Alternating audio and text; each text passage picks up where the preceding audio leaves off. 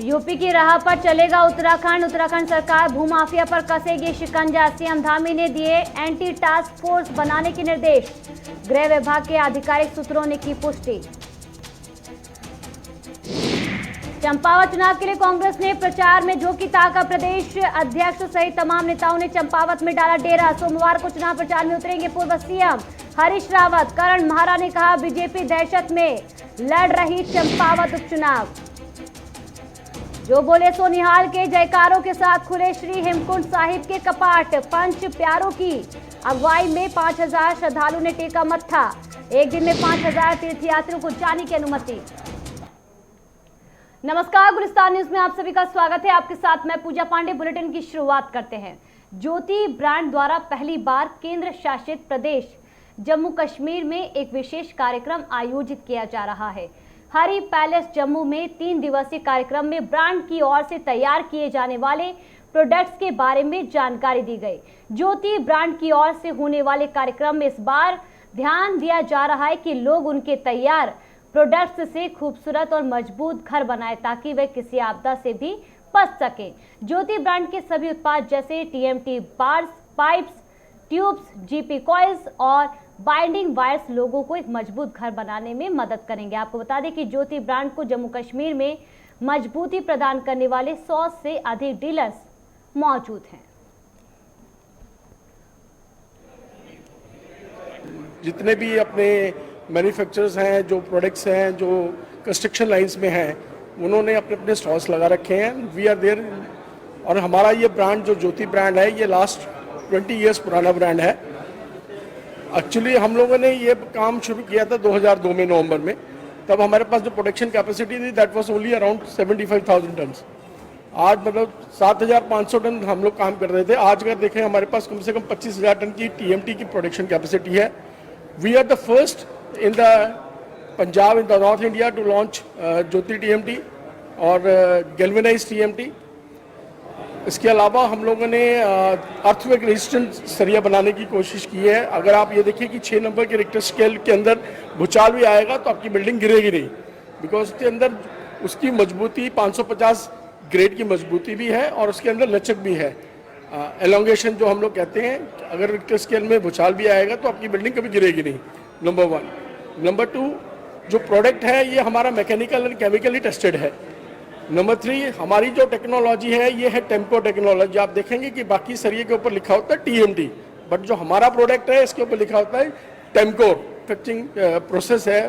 Plant अगर देखेंगे तो तकरीबन 100 एकड़ में प्लांट है और इसके अंदर जो भी प्रोसेस है, रॉ मटेरियल से लेके जो तैयार माल है उसको हम 100% मैकेनिकल और केमिकल टेस्टिंग करके बनाते हैं। इसको जो प्रोडक्ट है आप ये कर लेके देखिए, मकान तो ज़िंदगी में आदमी एक बार बनाता है, तो हमारी ये कोशिश होती है कि जो उसको बेस्ट से बेस्ट वैल्यू फॉर मनी दें, एक अच्छी क्वालिटी दें।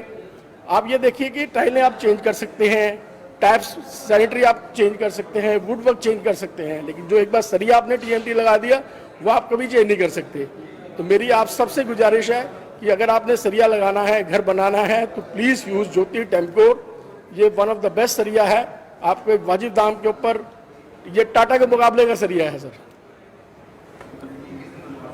तो ज्योति के बारे में क्या कुछ बताना चाहेंगे जम्मू कश्मीर की आवाम को? Jyoti TMT, Jyoti pipe and tube, Jyoti जिंको टीएमटी, ये सब माधव केआरजी ग्रुप का बहुत अच्छा ब्रांड है ज्योति के नाम से, जो जम्मू कश्मीर में हम पिछले 5 साल से काम कर रहे हैं।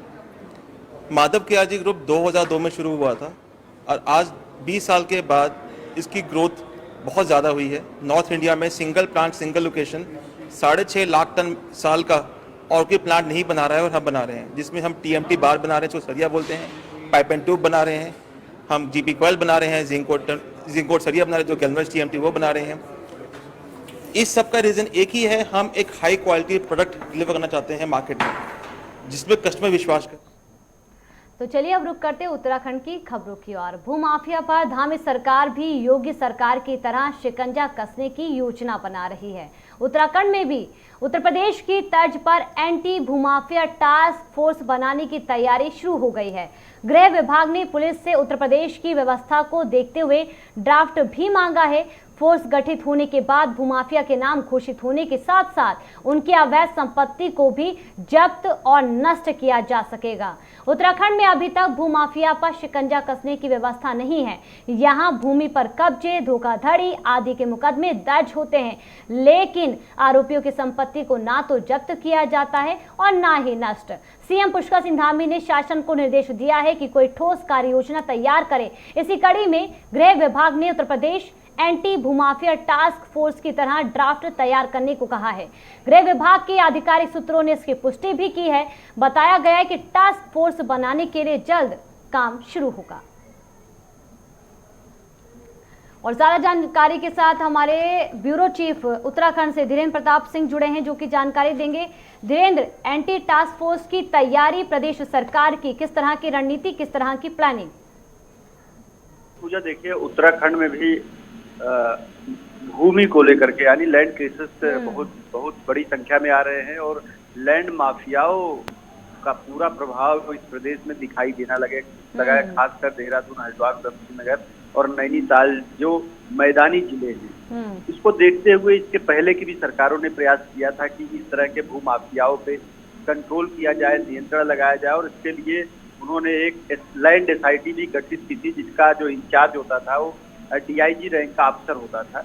वो अभी भी काम कर रही है, लेकिन एसआईटी के कामों की पूरी परिवीक्षा करने के बाद, ऑब्जर्वेशन करने के बाद जो रिजल्ट आया, तो सरकार को लगता है कि भूमाफियाओं पे उस तरह का प्रभावी नियंत्रण नहीं लगा पा रही। तो अब सरकार ने एक अस्थायी रूप से एक फोर्स का गठन करने का निर्णय लिया है, जो उत्तर प्रदेश के एंटी भूमाफिया के तर्ज पे बनेगा और उत्तराखंड में जो भी लैंड केसेस है, जो लैंड माफिया है, उनको रोकने का काम करेगा।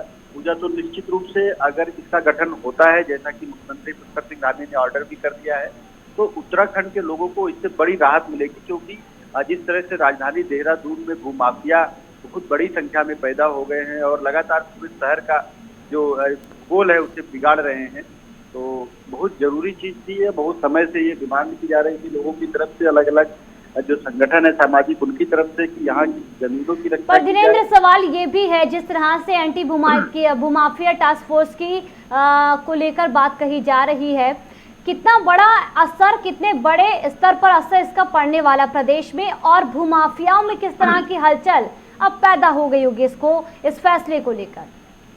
बिल्कुल पूजा, देखिए उत्तराखंड के जो बड़े शहर हैं वहाँ तो भूमाफियाओं का बहुत ज्यादा प्रभाव है। पूरे शहर के जो विकास प्राधिकरण है, जैसे देहरादून का उदाहरण ले ले तो मसूरी देहरादून विकास प्राधिकरण यानी एमडीडीए है, या देहरादून नगर निगम है, इनकी जो जमीनें हैं वो भूमाफिया बहुत तेजी से सरकारी जमीनों को कब्जा करते हैं और उससे औने पौने दामों में बेच देते हैं, अनियोजित निर्माण को बढ़ावा देते हैं, जिससे पूरे जो शहर का भविष्य वो खराब होता है, जो शहर का मास्टर प्लान है वो खराब होता है। तो अगर ये योजना धरातल पे उतरी तो निश्चित रूप से न केवल शहर का भविष्य सुधरेगा, बल्कि जो आम जन है जिनकी जमीनें ये भूमाफिया कब्जा कर लेते हैं, कब तक इस टास्क फोर्स की जो तैयारी है वो पूरी हो जाएगी? इसको लेकर कोई डेडलाइन सरकार की ओर से जारी की गई है धीरेन्द्र?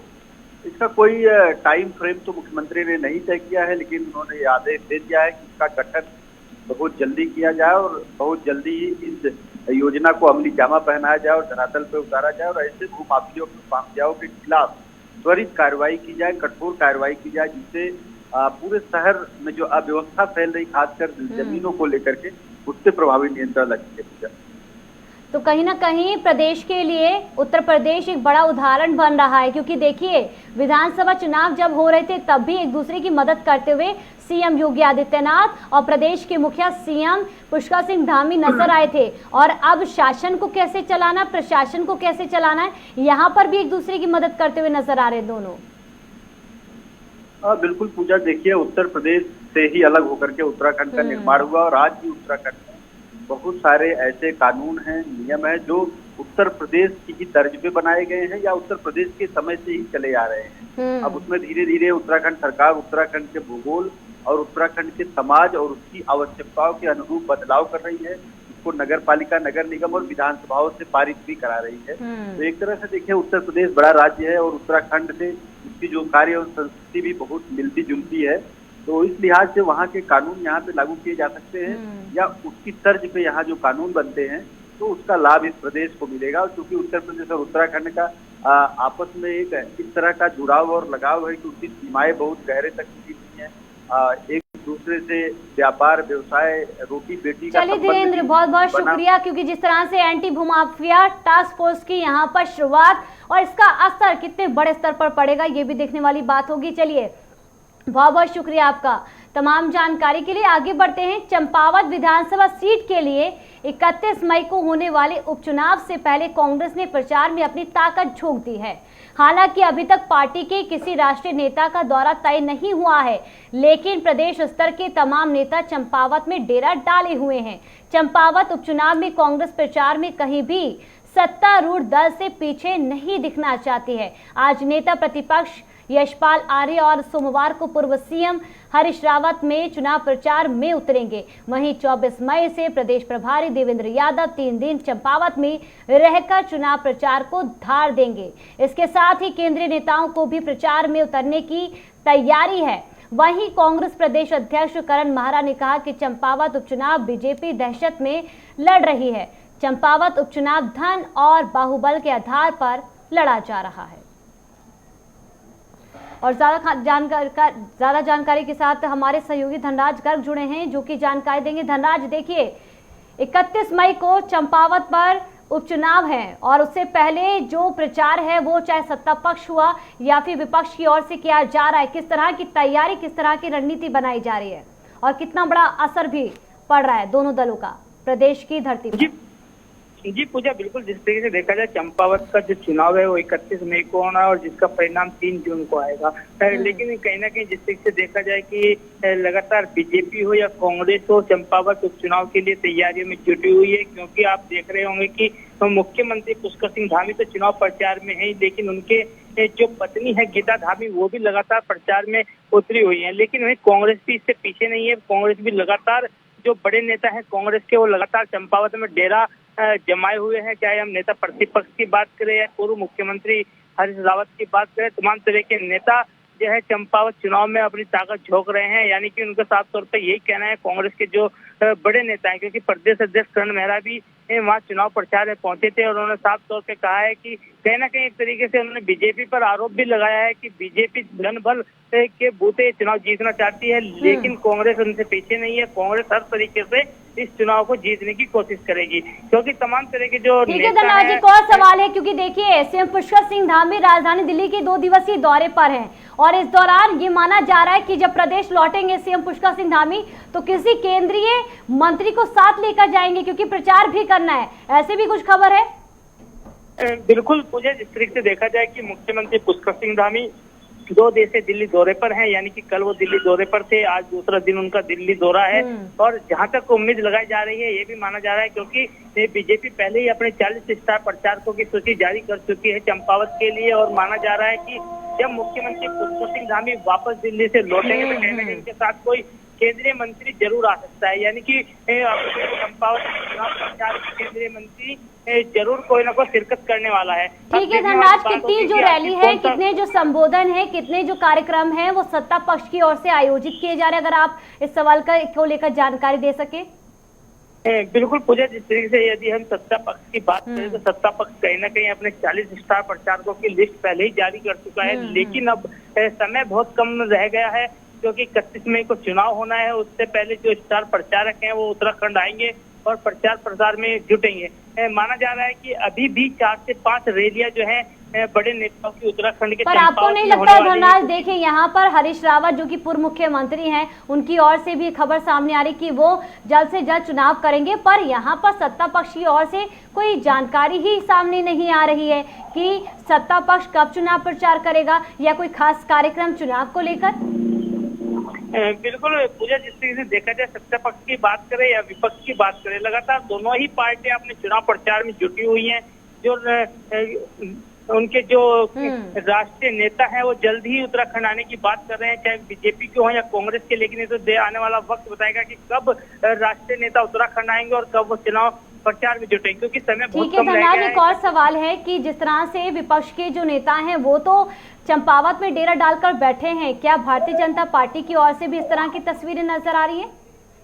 जी बिल्कुल पूजा, जिस तरीके से देखा जाए कि चाहे बीजेपी हो या कांग्रेस हो, तमाम जो लोकल नेता हैं यानी कि उत्तराखंड के जो नेता हैं वो लगातार चंपावत में डेरा डाला हुआ है, चाहे बीजेपी के नेता हो या कांग्रेस के नेता हो। क्योंकि अभी हमने देखा था कि जो मंत्री हैं गणेश जोशी वो भी चंपावत में एक सभा को संबोधित करते हुए नजर आए थे, और वहीं अजय भट्ट भी चंपावत में चुनाव सभा को एक संबोधित करते हुए नजर आए थे। और तमाम तरह के जो बीजेपी के नेता हैं या कांग्रेस के नेता हैं, तमाम तरह के चुनाव प्रचार में चंपावत में जुटे हुए हैं। चलिए धनराज, बहुत बहुत शुक्रिया, अहम जानकारी आपने दी है और लगातार आप देते रहते हैं। चलिए बहुत बहुत शुक्रिया इस खबर पर तमाम जानकारी के लिए धनराज। आगे बढ़ते हैं। जो बोले सोनिहाल के जयकारों के साथ श्री हेमकुंड साहिब की कपाट आज सुबह 10 बजे विधि विधान से खोल दिए गए। पंच प्यारों की अगुवाई में 5000 श्रद्धालु इस क्षण के साक्षी बने। करीब 9 बजे पंच प्यारों की अगुवाई में गुरु ग्रंथ साहिब को दरबार साहिब में लाया गया। आज सुबह पंच प्यारों की अगुवाई ने 5000 श्रद्धालुओं ने हेमकुंड साहिब से मत्था टेका। पवित्र सरोवर में श्रद्धालुओं ने स्नान किया। गुरुद्वारा श्री हेमकुंड साहिब मैनेजमेंट ट्रस्ट के साथ ही जिला प्रशासन की ओर से हेमकुंड साहिब, घांगरिया और अन्य यात्रा पड़ावों में सभी यात्रा तैयारियों को अंतरिम रूप दिया गया। हेमकुंड साहिब के कपाट खुलने की प्रक्रिया सुबह 9:30 बजे से शुरू हुई। गुरु ग्रंथ साहिब को सचखंड से लाकर दरबार साहिब में रखा गया। इसके बाद सुबह 10 बजे सुखमणि का पाठ हुआ। फिर हेमकुंड साहिब के कपाट श्रद्धालुओं के लिए खोले गए।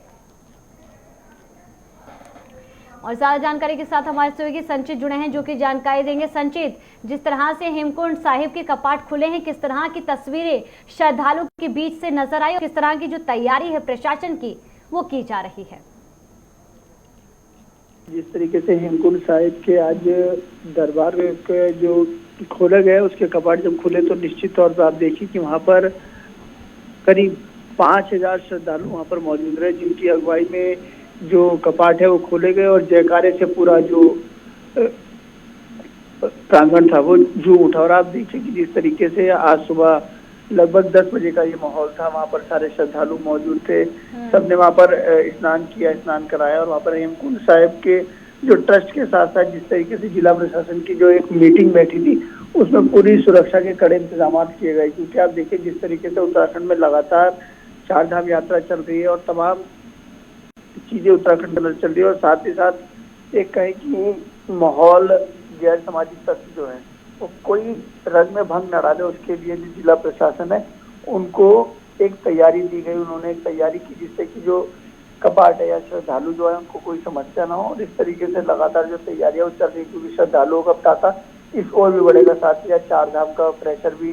ठीक है संचित, जिस तरह से उत्तराखंड में हम देख रहे हैं कि 4 धाम यात्रा के लिए जो श्रद्धालु हैं उनकी संख्या सीमित की गई थी, क्या वैसे ही जो पिक्चर है, वैसे ही जो तस्वीरें हैं वो हेमकुंड साहिब को लेकर भी नजर आ रही है?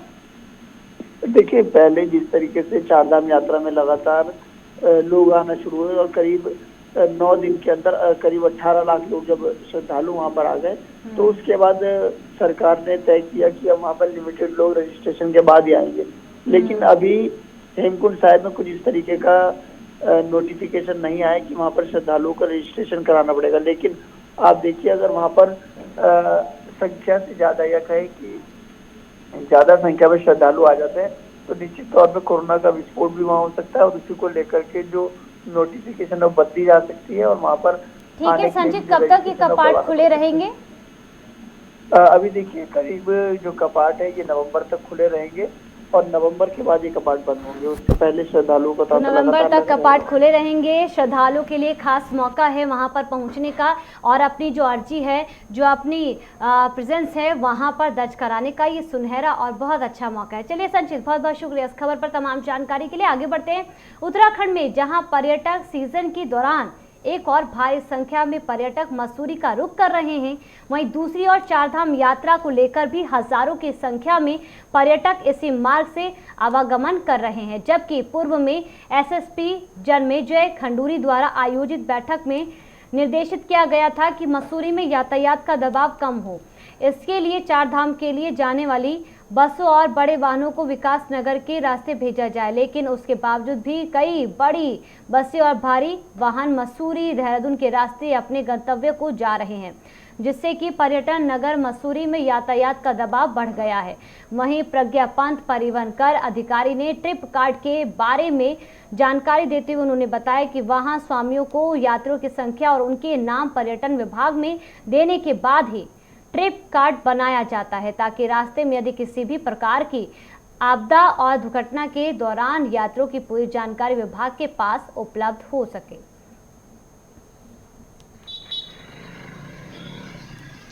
यहाँ से सभी जगह के लिए गाड़ियाँ जा रही है। ज़्यादातर जो गाड़ियाँ जा रही है वो चारों धाम के लिए जा रही हैं, फिर यमुनोत्री के लिए जा रही है, और ये रजिस्ट्रेशन व्यवस्था पे भी डिपेंड है कि जहाँ का रजिस्ट्रेशन मिल रहा है वहाँ के लिए गाड़ियाँ जा रही है, पर ज़्यादातर लोग चार धाम के लिए जा रहे हैं। फ्लिपकार्ट की पूरी जानकारी हमारी साइट पे अवेलेबल है, टूरिज्म की साइट पे अवेलेबल है। उससे रिलेटेड हेल्पलाइन नंबर्स भी दिए हुए हैं, जिसमें लोग कभी भी फ़ोन कर सकते हैं। वो पूरा सुबह 10 बजे से 8 बजे तक चालू है, लेकिन उसके बावजूद लोग ग्रीन कार्ड बना के आ जा रहे हैं और ट्रिप कार्ड में रजिस्ट्रेशन नहीं कर रहे हैं, जिसकी वजह से उनका समय थोड़ा नष्ट हो रहा है। बाकी और कोई दिक्कत की बात नहीं है। ट्रिप कार्ड बनाने की प्रक्रिया बहुत ही सरल है। आप ऑनलाइन अप्लाई करें और पैसेंजर लिस्ट डालें, ड्राइवर का नंबर डालें, ड्राइवर का डेट ऑफ बर्थ डालें, ग्रीन कार्ड नंबर डालें और आपका ट्रिप कार्ड अवेलेबल हो जाएगा। सिर्फ इतना प्रोसेस करना है, लेकिन ये सिर्फ क्योंकि आप ये प्रक्रिया नहीं करके आ रहे हैं तो आपको रास्ते में परेशानी हो रही है, क्योंकि चेकिंग में तो ये देखा ही जाएगा। बड़ी बसेस नहीं जा रही हैं ज़्यादा। यहाँ से जो ज़्यादा फ्लो है, अगर हम अपना डेटा भी देख रहे हैं तो लगभग एक दिन में 200 के करीब मैक्सी टैक्सी जा रही है, और उसमें उसी के सापेक्ष यात्री जा रहे हैं। बसेस का रूट जो है, बसेस उसी रूट से ज़्यादातर जा रही है, क्योंकि शनिवार इतवार है तो लोकल टूरिस्ट भी बहुत ज़्यादा है, जो साकरी तक ट्रैकिंग के लिए जा रहे हैं, मसूरी तक जा रहे हैं, या सिर्फ मैगी पॉइंट तक घूमने जा रहे हैं। तो उनकी वजह से जो ट्रैफिक फ्लो है वो सैटरडे संडे को और बढ़ जा रहा है। नहीं, क्योंकि यहाँ 2 जनों का काम ही है ना, ये स्टाफ की कोई कमी नहीं है, फुटफॉल आज ज़्यादा है, इसलिए आपको ऐसा लग रहा होगा। और थोड़ा लोगों ने ट्रिप कार्ड नहीं बनाया हुआ है, तो जिसके लिए हम उनको बता रहे हैं कि आप। उत्तराखंड सरकार के पर्यटन मंत्री सतपाल महाराज ने जिला कार्यालय सभागार में अधिकारियों की बैठक लेते हुए बद्रीनाथ यात्रा व्यवस्थाओं की समीक्षा की। उन्होंने कहा कि चारधाम यात्रा राज्य की प्रतिष्ठा है। तीर्थयात्रियों का अतिथि देवो भव की भावना से सम्मान करते हुए उनको हर संभव सुविधाएं मुहैया की जाए।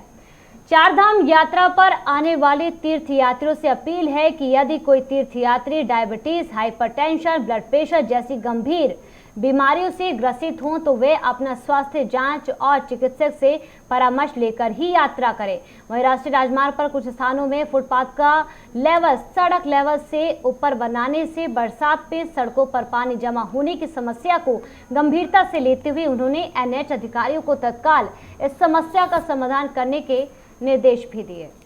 और हमने कार्डियक डॉक्टर्स की भी मांग की है, और मैं ये कहना चाहूँगा कि जिन लोगों के पास कोई हाइपरटेंशन है, किसी को डायबिटीज़ है या किसी को ब्लड प्रेशर की बीमारी है, तो वो डॉक्टर से परामर्श करें। यहाँ लोग बीमारी को बिना बताए हुए आते हैं और उसका क्लाइमेटाइजेशन नहीं होता है, सीधे मैदानी इलाके से सीधे पहाड़ों में आ जाते हैं, 12,000 फीट पे आ जाते हैं, तो शरीर के ऊपर काफ़ी एक्सर्शन पड़ता है। तो सभी यात्रियों से मेरा निवेदन है कि वो डॉक्टर से परामर्श करके आएँ। कोई भी आपको बीमारी है तो बीमारी को छुपाएं नहीं, हम आपकी मदद के लिए खड़े हैं। हमने जगह जगह ऑक्सीजन पोर्टेबल सिलेंडर्स भी लगाए हैं ताकि आपको ऑक्सीजन प्राप्त हो। तो हमारा ये कहना है कि अब हेमकुंड साहब की यात्रा कल से शुरू होने वाली है, तो सभी से आग्रह है कि भाई बीमारी को ना छुपाएं और पूरी सहायता करने के लिए हमारा विभाग आप तत्पर है। तो निश्चित रूप में आप जो है डॉक्टर से परामर्श करके आएंगे तो आपकी यात्रा जो है हमारी चल रही है और काफ़ी लोगों में उत्सुकता है। भारत के हर एक प्रांत से लोग यहाँ आना चाहते हैं। इसे थोड़ा हम रेगुलेट कर रहे हैं ताकि व्यवस्थित रहे और कहीं पर भी अव्यवस्था ना हो। इसके लिए जो कैरिंग कैपेसिटी है वो हमने कैलकुलेट की है और उसके मुताबिक ही जो है लोगों को दर्शन हो पाएंगे। इसमें थोड़ी हमने कैपेसिटी को बढ़ाया भी है और जो होटल खाली हैं हम ऐसी व्यवस्था करने जा रहे हैं कि होटल वालों को भी बिजनेस मिले, यात्रा भी हमारी सुचारू चले। तो इसके लिए ऑनलाइन रजिस्ट्रेशन को और इसमें एफिशिएंसी ला रहे हैं और इसके अंदर हम चाहेंगे कि पूरी तरीके से कवरेज हो और हर क्षेत्र के लोगों को व्यवसाय मिले। और इसके साथ फिलहाल इस बुलेटिन में इतना ही। नमस्कार।